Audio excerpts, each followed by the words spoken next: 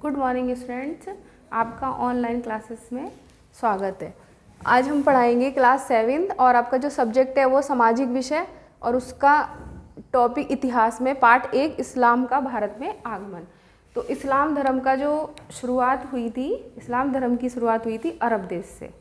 अरब देश से शुरुआत हुई थी और इस्लाम धर्म की शुरुआत किसने की थी? इस्लाम धर्म की शुरुआत की थी मोहम्मद हजरत साहब ने। मोहम्मद हजरत साहब का जन्म 570 ईस्वी में हुआ था मक्का में। जिस समय इनका जन्म हुआ था तब अरब में बहुत छोटे छोटे कबीले थे और उन कबीलों में जो लोग रहते थे वो आपस में क्या करते थे, लड़ते झगड़ते रहते थे। तो जब इन्होंने बचपन से बचपन में इनकी माता और पिता दोनों का ही देहांत हो गया था। इनका जो पालन पोषण था वो इनके चाचा जी ने किया था। धीरे धीरे जब इन्होंने देखा कि यहाँ पर लोग आपस में लड़ते रहते, उन लोगों की लड़ाई ख़त्म करने के लिए, वातावरण को एक भाईचारा बनाने के लिए इन्होंने एक धर्म की स्थापना की। तो वो धर्म कौन सा था? इस्लाम धर्म।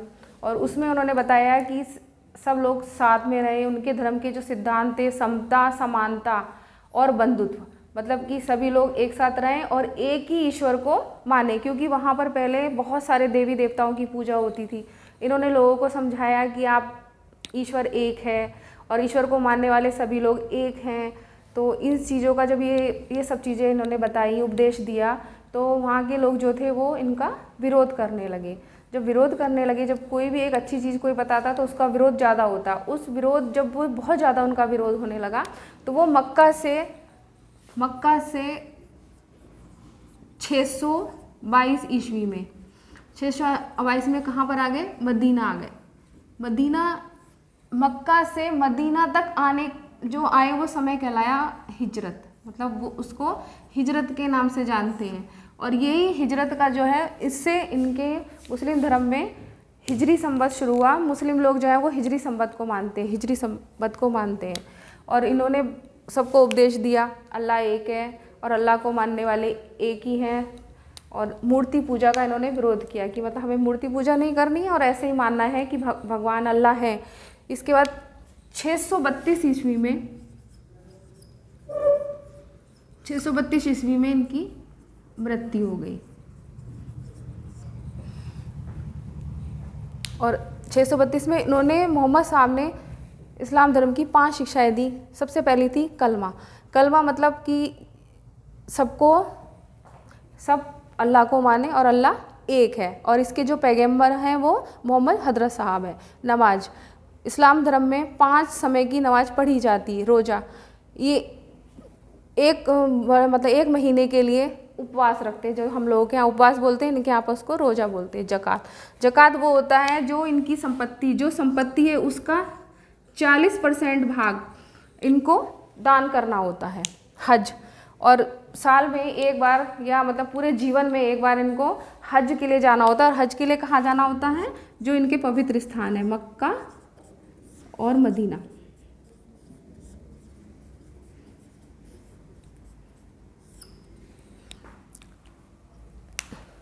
अब ये इस्लाम धर्म का धीरे धीरे प्रसार हुआ तब भारत में इस्लाम धर्म का आगमन हुआ।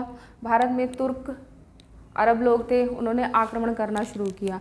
जब उन्होंने भारत में आक्रमण करना शुरू किया तो जो हजरत साहब के बाद के लोग थे वो खलीफा, मतलब वो राजनीतिक गुरु भी बन गए और संत भी बन गए। लोग धार्मिक गुरु मानने लगे, उनकी बातें सुनने लगे। तो उन्होंने अपने उसके विस्तार के लिए भारत पर आक्रमण किया। तो जब भारत पे सबसे प्रथम आक्रमण हुआ तब भारत के लोगों ने इस्लाम धर्म के बारे में जाना कि ये इस्लाम धर्म है। उसके बाद कुछ लोग अरब से व्यापार करने के लिए भारत में आए और भारत में आने के बाद जब वो अरब के लोग भारत में आए तो यहाँ पर उन्होंने समुद्री किनारों पर अपनी बस्तियाँ बनानी शुरू कर दी। और उनकी बस्तियों को बनाने के लिए भारत के राजाओं ने उनका साथ दिया और उनको यहाँ पर शरण दी। कुछ लोग ईरान से आए, ईरानी शरणार्थी। जब वहाँ पर तुर्कों के आक्रमण होने लगे तो ईरान के लोग भारत में आ गए। जब वो भारत में आए तो उनमें कुछ लोग संत भी थे, कुछ सैनिक थे और कुछ कारीगर थे जो अपने हाथों के द्वारा कुछ चीज़ों का निर्माण करते थे। जो सैनिक थे वो भारतीय सेना में उनको शामिल कर लिया गया क्योंकि वो अच्छे घुड़सवार और तीरंदाज थे। कुछ सूफ़ी संत आए, जैसे हमारे में थे कबीर थे, गुरु नानक, इन सब के समय में कुछ अरब से भी सूफ़ी संत आए, जैसे उसमें फ़तेहपुर सीकरी में मोइनुद्दीन चिश्ती की दरगाह है, पंजाब में फ़रीद हैं। तो ये जितने भी लोग आए, इन्होंने सबको बताया कि जो भी भगवान की पूजा करेगा या ईश्वर को मानेगा, अल्लाह को मानेगा, उन सब पे भगवान का आशीर्वाद रहेगा। और जो हमारा वातावरण है, सब लोगों को आपस में प्रेम से रहना चाहिए और एक साथ रहना चाहिए। जो अरब से कुछ लोग आए थे, तो अरब से जब, जैसे आपने क्लास में भी देखा होगा, हम अलग अलग घर से सब बच्चे आते हैं, लेकिन किसी को कुछ अच्छा आता है, कोई बच्चा मैथ अच्छा करता है, कोई बच्चा साइंस अच्छा जानता है, कोई इंग्लिश अच्छी बोल लेता है। तो क्या होता है, हम उससे सीख लेते हैं, सीखने की कोशिश करते हैं कि हम भी उसकी तरह कुछ सीख लें जो काम से। ऐसी जब अरब से लोग आए तो भारत के लोगों ने उनसे सीखा, भारतीय लोगों ने उनसे सीखा चरखे से सूत काटना।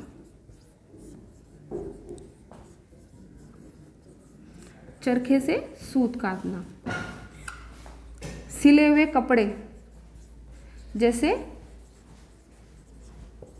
शलवार कमीज,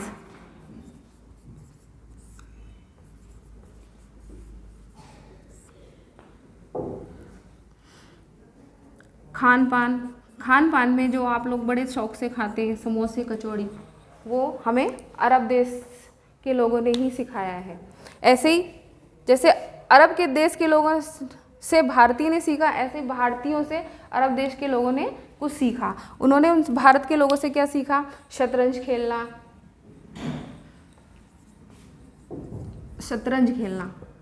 और आपको पता है बच्चों, शतरंज जो है वो हमारा भारत से शुरुआत हुई है शतरंज खेल की। शतरंज खेलना, ज्योतिष, गणित और अरबी संख्याओं को हिंदी में लिखना, ये सब चीज़ें अरब के लोगों ने भारत के लोगों से सीखा। भारत में जो अरब देश से आए, तो कागज़ बनाना भी आपको पता है कि अरब देशवासियों ने ही भारत के लोगों को सिखाया। इस तरीके से क्या हुआ, भारत में इस्लाम धर्म का प्रचार हुआ और यहाँ के लोग इस्लाम धर्म को जानने लगे, और धीरे धीरे इस्लाम धर्म जो हुआ वो भारतीय संस्कृति का एक अंग बन गया। आपको पता है कि इस्लाम धर्म भारत में हिंदू धर्म के बाद दूसरे नंबर पे इस्लाम धर्म ही आता है। और हमारे देश में तो वैसे ही बहुत सारे धर्म हैं, और सब धर्मों के लोगों का यही मानना है, जितने लोगों ने भी उपदेश दिए या शिक्षा दी, उनका मानना ये है कि सब जो भगवान है वो एक ही है, और जो उसको मानता है, जो गलत काम नहीं करता है, वही अपने सक्सेस होता है। तो जिस समय तुर्क ने भारत पर आक्रमण किया, धीरे धीरे तुर्क लोगों ने भी, पहले तुर्क लोग इस्लाम नहीं थे, उन लोगों ने भी इस्लाम धर्म अपना लिया। और इससे जब वो भारत पे आक्रमण करने लगे, वहाँ के लोग आने जाने लगे, तो भारत के लोग भी इस्लाम धर्म को मानने लगे। और जो बातें सूफ़ी संत ने कही, वही हमारे भक्ति संत जैसे कबीर, गुरु नानक, रविदास, ये सब ने कही, वही बातें सूफ़ी संत बोलते थे कि मतलब ईश्वर एक है, उसको मानो। ईश्वर को कई नाम दे दिए, परमेश्वर, अल्लाह, इस तरह से सब ईश्वर को मानने लगे। अब तुर्क आक्रमण, जब तुर्क लोगों ने भारत पर आक्रमण किया, तो उस समय जो भारत में लोग थे, राजपूत राजा थे, वो लोग आपस में एक दूसरे से मिलजुल करके नहीं रहते थे, और अपना राज्य को बढ़ा विस्तार करने के लिए एक दूसरे से लड़ाई करते रहते थे। तो उस समय का जो युग था, क्योंकि उस समय राजपूतों का राज्य ज़्यादा थे, तो उस समय के युग को राजपूत युग कहा जाता है। और जब आपस में लड़ते थे, तो उसकी वजह से उनकी राजनीतिक व्यवस्था भी होती थी, और समाज में जाति पाति पर भी आधारित था। पहले लोगों में जाति पाति, छुआछूत, ये सब मानी जाती थी, और उसकी वजह से भी वो आपस में लड़ाई झगड़े करते रहते थे।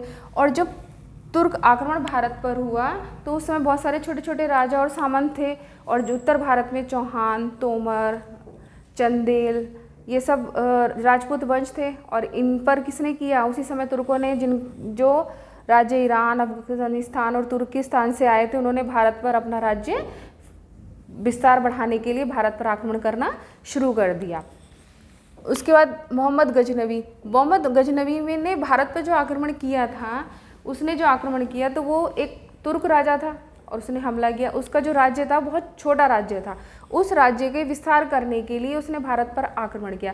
लेकिन उसने भारत पर जो आक्रमण किया था वो भारत पर राज्य करने के लिए नहीं किया था, वो अपना राज्य जो बढ़ाना चाहता था, वो अरब, अफगानिस्तान ये सब राज्य मिलाना चाहता था, मतलब सब पे विस्तार। उसने केवल, उसका जो उद्देश्य था भारत में आक्रमण करने का, उसका जो उद्देश्य था वो भारत में आक्रमण करना, धन एकत्रित करना, धन एकत्रित करना। और धन एकत्रित करने के लिए उसने भारत पर 17 बार आक्रमण किया, 17 बार आक्रमण किया और राजपूत राजाओं को हराया और वहाँ से धन दौलत ये सब एकत्रित की। और इसमें से एक प्रसिद्ध मंदिर है सोमनाथ का मंदिर, जहाँ पर उसने आक्रमण करके उस पर बहुत बार आक्रमण किया गया, जिससे वो पूरा मंदिर टूट गया। और 1951 में हमारे जो राष्ट्रपति थे राजेंद्र प्रसाद, डॉक्टर राजेंद्र प्रसाद, उन्होंने उसमें ज्योतिर्लिंग की स्थापना की। लेकिन उसका जो निर्माण कराया था, पुनर्निर्माण सोमनाथ के मंदिर का, वो सरदार वल्लभ भाई पटेल ने करवाया था। और वहाँ पर बहुत सारी संपत्ति थी, क्योंकि आपको पता है पहले भारत को सोने की चिड़िया के नाम से जानते, इसीलिए जो विदेशी आक्रमण होते थे वो भारत से धन को लूटने के लिए आक्रमण किए जाते थे। मोहम्मद गजनवी ने 17 बार आक्रमण करके भारत पर आक्रमण किया। उसके बाद एक और विदेशी राजा थे, वो भारत पर आए, अल बरूनी। तो अल बरूनी मध्य एशिया के प्रसिद्ध विद्वान थे और उन्होंने क्या किया, वो 1973 में जो उनका जन्म है खीवा मध्य एशिया में हुआ था। और अल बरूनी ने जो बताया भारत के बारे में अपनी पुस्तक में लिखा है, तहकीक हिंद में, जो 11वीं शताब्दी में आई थी, उसमें उन्होंने भारत के बारे में लिखा। तो उनका कहना ये था कि जो भारत के लोग थे वो केवल अपनी सभ्यता को मानते थे, जो मतलब वो जो व्यवसाय भी करते थे वो अपना ही करते थे, किसी दूसरे व्यवसाय को नहीं अपनाते थे। और जो यहाँ के लोग थे वो खाना भी जो खाते थे तो अलग अलग थाली में खाते थे, मतलब एक साथ नहीं खाते थे। जो उसने भारत में जो भी देखा उसके बारे में उन्होंने अपनी पुस्तक में बताया कि यहाँ के लोग खगोल विज्ञान के बारे में जानते थे, लेकिन उसके बारे में विस्तार नहीं करते थे या किसी को बताते नहीं थे। इतने विद्वान होने के बाद भी उन्होंने अपनी चीज़ों को, भारत के लोगों ने किसी को बताया नहीं। इसके बाद मोहम्मद गजनवी के बाद मोहम्मद गौरी,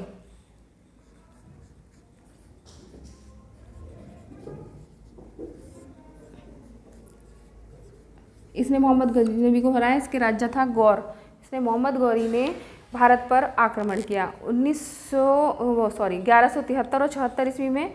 इसने गजनवी पर आक्रमण करके उस पर कब्जा कर लिया। और उसका पहला आक्रमण 1175 ईस्वी में मुल्तान पर हुआ। मुल्तान की विजय करने के बाद इसने जो अपना रुख था वो गुजरात की तरफ किया। तो गुजरात के उस समय जो राजा थे वो थे मूलराज द्वितीय।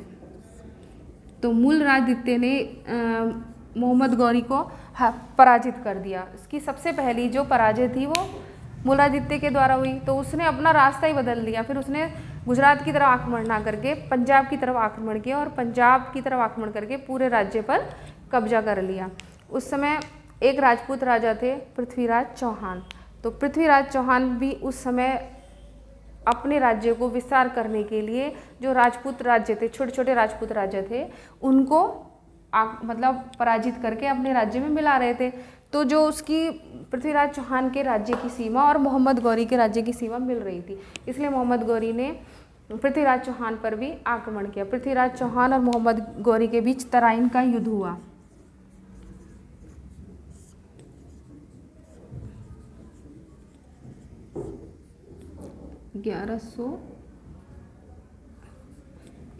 ईस्वी में। तो इस युद्ध में जो तराइन का युद्ध है ये इस समय हरियाणा में करनाल जिले में है। तो वहाँ पर जब युद्ध हुआ तो पृथ्वीराज चौहान ने मोहम्मद गौरी को हरा दिया। और उस हार के बाद मोहम्मद गौरी 1 वर्ष तक बिल्कुल शांत बैठ गया और उसने अपनी सेना का विस्तार करना शुरू कर दिया। फिर तराइन का द्वितीय युद्ध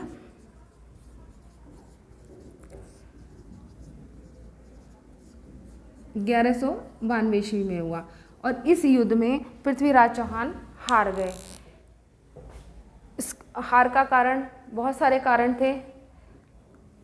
मतलब जो उनकी सेना थी, तुर्कों की जो सेना थी, उसमें अच्छे घुड़सवार थे और अच्छे तीरंदाज थे और उनके पास नए आधुनिक हथियार थे। और राजपूत, सबसे बड़ा जो हारने का कारण था वो ये कारण था कि राजपूत राजा जो थे वो आपस में एक होकर के एकजुट नहीं थे। इसीलिए हमारे देश में विदेशी संस्कृति का आगमन हुआ, इस्लाम धर्म का आगमन हुआ। और अभी हमारे देश में, भारत में, हिंदू धर्म के बाद दूसरे नंबर पे जो आता है वो इस्लाम धर्म आता है। और इस तरह से हमारी संस्कृति जो है वो भी भारतीय संस्कृति का अंग बन गया है। और इस पाठ का, ये आपका पाठ यहीं पर समाप्त हो गया है और इसके प्रश्न उत्तर आपको PDF के द्वारा भेज दिए जाएंगे।